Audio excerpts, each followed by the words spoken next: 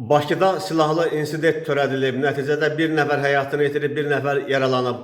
Daxili İşlər Nazirliyinin mətbuat xidmətindən verilən məlumata görə martın 26-sında axşam saatlarında Xəzər rayonu Zirə qəsəbəsi ərazisində münaqişə zəminində silahlı insident baş verib. 1959-cu il təvəllüdlü Cavanşir Muradov mübahisə zamanı ov tüfəngindən atəş açaraq qəsəbə sakini 1981-ci il təvəllüdlü Məmməd Hüseyn Əmirovu öldürməyə cəhd göstərib.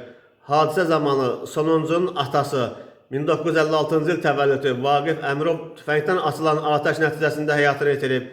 Polis əməkdaşları tərəfindən keçirilən tədbirlərlə Cavanşir Muradov saxlanılıb. Ondan cinayət aləti olan ov tüfəngi götürülüb. Hadisə şəxsi münasibətlər zəminində baş verib. Faktla bağlı araşdırma aparılır. Hadisə ilə bağlı Baş Prokurorluq da məlumat yayıb.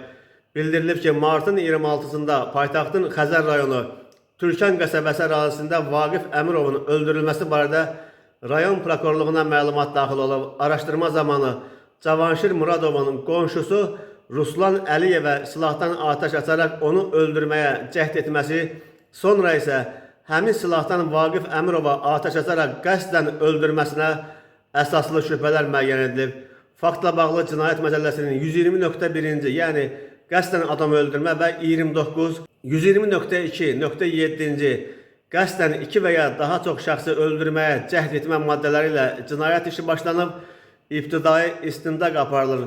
Cinayəti törətmədə şübhəli bilinən Cavanşir Muradov rayon prokurorluğu tərəfindən iş üzrə şübhəli şəxs qismində tutulub.